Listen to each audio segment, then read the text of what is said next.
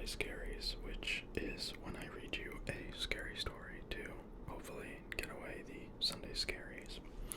Now, typically I do these over on my Patreon, shirtless, but we are doing them on here for the month of October. So if you like these and you want to see them year round, go check out my Patreon, where I will be doing them after October.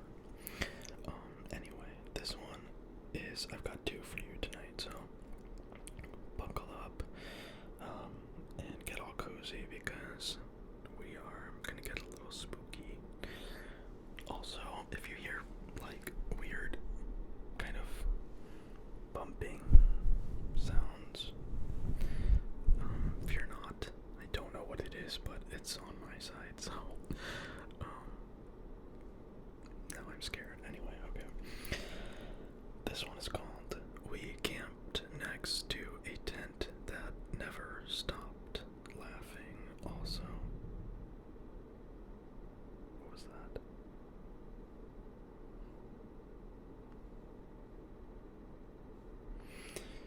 Also, there is a theme for these, so I'm sure you'll figure it out soon. Okay. This happened back in 2015 or 2016 when my ex-boyfriend and I went camping in Mendocino, California. I don't know how to pronounce that.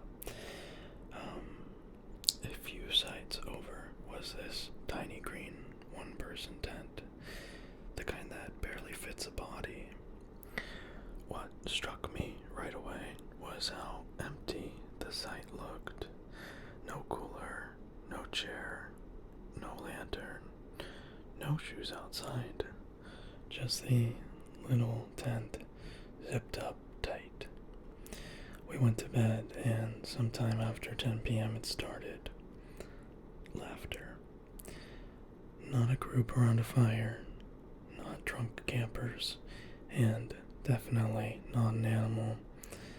I know what barreled owls and coyotes sound like. This was human laughter.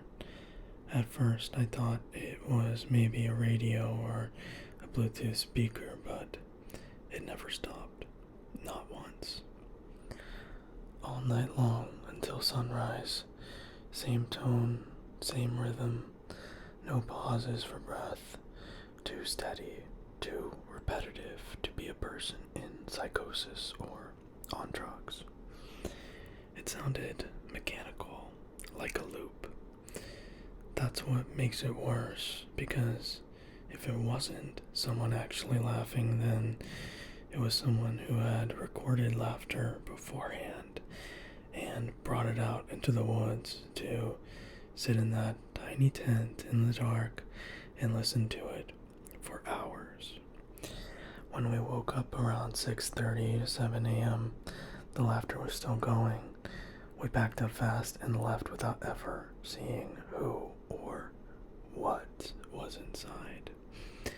And now, years later, I can't shake the thought that someone actually decided that was how they wanted to spend the night. A tent, a recording of endless laughter, and the silence of the woods around them. Let's not meet. Okay, I have chills. That one was creepy. Short but creepy, that's why I have to. But also that sounds like a good time. Like, they just sound like they're having fun, so I don't know. More power to them. Maybe they were laughing because they bought a stupid tent. I don't like those tents, but I know they serve a purpose. Like, if you don't need a big ass tent, then don't get a big ass tent. But like, I don't know. That's like,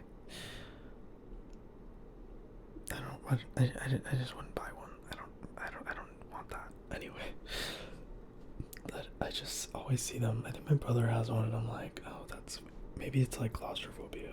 I don't know. Okay, so this next one is called I Met Creepy Hermits on a camping trip when I was 13. So, when I was younger, around 13 or 14 years years old. I was invited to go on a camping trip with my best friend Pat, his dad, and his uncles.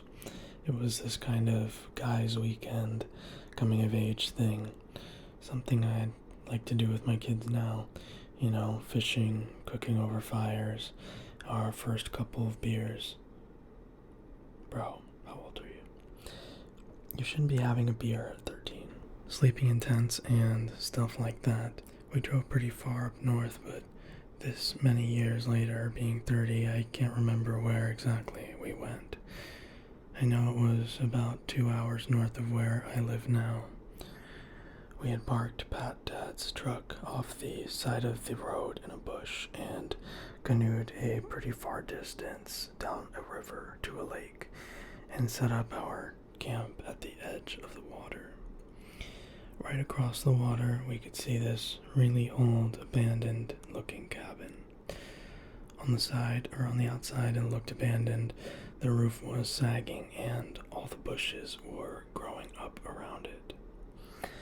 At one point, Pat's dad and his uncles were fishing and drinking and allowed us to go adventuring a bit.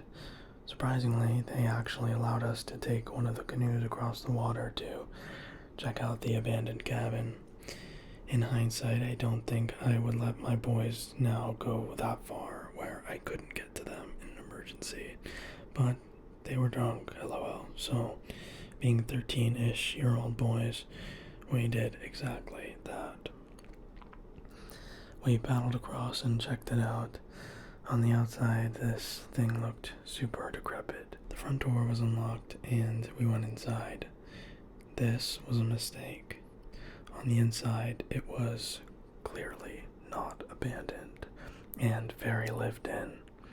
It really freaked us out knowing somebody lived there but was obviously nowhere nearby. There were corn magazines spread across the table, a bong, a tray full of weed, beer bottles everywhere, and on one of the shelves in the living room were 2 hunting shotguns. I know it was dumb to play with them, but we did. Never pulled the trigger, just walked around the house with them, feeling cool. We checked out different rooms in the house, but one really creeped us out. Yes, I understand we technically committed a break and enter or a trespass, but we honestly thought it was abandoned before we got inside. Once we were in, we figured it was somebody's hangout or something, but it was pretty deep out in the woods. Anyways, one of the rooms had those mannequins that you see in a clothing store. But none of them were wearing any clothes, and they all had wigs, different lengths and colors. Something felt really off about that, and we decided we'd had enough and left after putting the guns back where we found them. Okay, go off having wigs on the mannequins though. That evening we fished some more, and you know what, I have a good joke. That's the one time it's probably good to not have found a human hair wig, you know. Anyway, that evening we fished some more, and Pat caught a fish that his dad cooked over the fire. While we were eating dinner, 2 guys came by in a motorboat and stopped at our site. They were friendly enough. We all joked around a bit, and we had assumed they were just other campers or other people out fishing, like us, but then they invited us to their cabin just across the water to hang out. Pat's dad politely declined, and then they still lingered, and things just started to feel weird. The 2 guys were drinking quite a lot and exchanging weird looks. At one point, they even asked Pat if just the 2 of us would go hang out. Pat's dad gave them a stern no, and things were even more awkward. They stayed a while until it got dark, and then they left. That night, Pat's dad and uncle stayed up all night by the fire while we were to sleep in the tent. We didn't do much sleeping. Mostly talked about how creeped out we were by those 2 guys that lived in that cabin, in their wigs and corn and guns. Eventually, we fell asleep. In the morning, everything was packed up, and Pat's dad cut the trip short. We put the tent we were in away and left immediately. Most of the trip back was spent talking about how his dad was really freaked out about those guys. Pat and I have talked about it here and there over the years, but years ago we had a major falling out. I never did ask exactly where that cabin was. I wouldn't want to go back there anyways. To the wig-wearing hermits in the cabin, please, let's not meet again. I don't know, they're kind of camp. Literally, get it? Because these were about camping. That was the theme. Okay. Maybe that'd be fun to do like 2 scary stories and you have to guess the theme.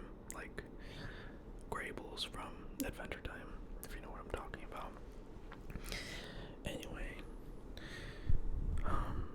it's time for you to go to sleep. So, or find another ASMR video, because this one's over. If you made it here, you gotta go home. Jokes, you can watch it again if you want.